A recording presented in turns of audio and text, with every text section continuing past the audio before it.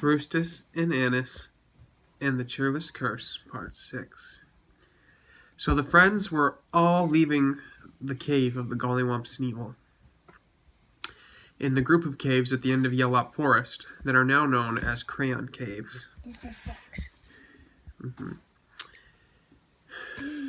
Sweetheart was headed back to the rainbow on the beach to get to Yellowmore. Lala, right here, was headed towards the center of Lala Land, an area known as Gazorgenplatt. So she had to cross through Yellop Forest first.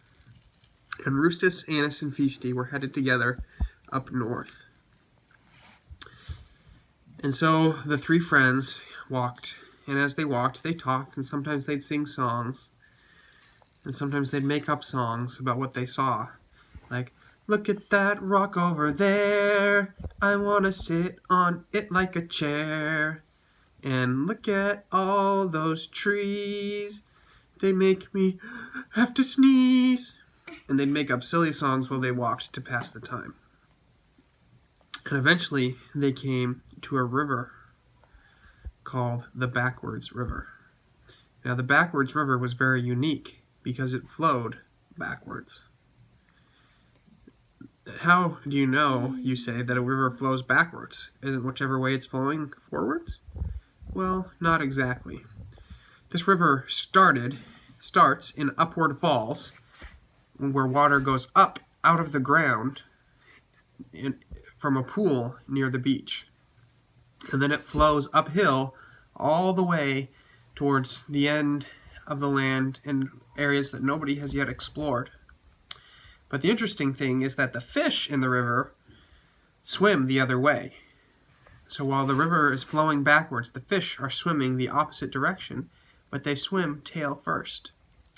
It was a very strange river. So Rustus, Annice, and Feasty had to find a way to cross the river.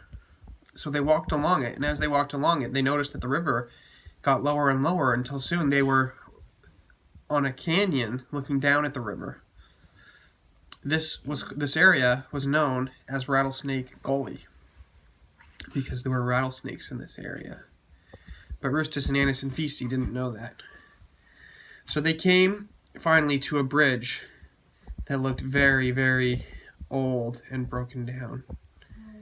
Annice just flew across, and Feasty just hopped across, and she didn't weigh so much. But Rustus was really scared, not only because he's a scaredy cow, but also because he weighs so much and was afraid that the bridge wouldn't be able to hold the weight of a full-grown young buffalo. So he tried. He walked 1 foot at a time, and his feet kind of wobbled as he walked across the bridge. But he kept going and going until halfway through, the bridge started creaking more and swaying more. And he thought, oh no, I think it's going to break. And then it did break. And he swung towards the other side of the canyon. And he held on for dear life. He didn't know what to do because he was stuck holding on to a bridge that was now just hanging over the side of the canyon. But he used all the strength he could and pulled himself slowly up, and he made it. Because Annice had come behind him and was flapping with all of her strength, pushing him from behind to give him extra strength. And he made it, and he was so glad for Annice's help. And so the friends kept walking. They walked for several days until finally they came to another forest. This was not Yellop Forest, but this was called Chummingbird Woods. This was the first place they were told that they should go, was to the land of the Chummingbirds.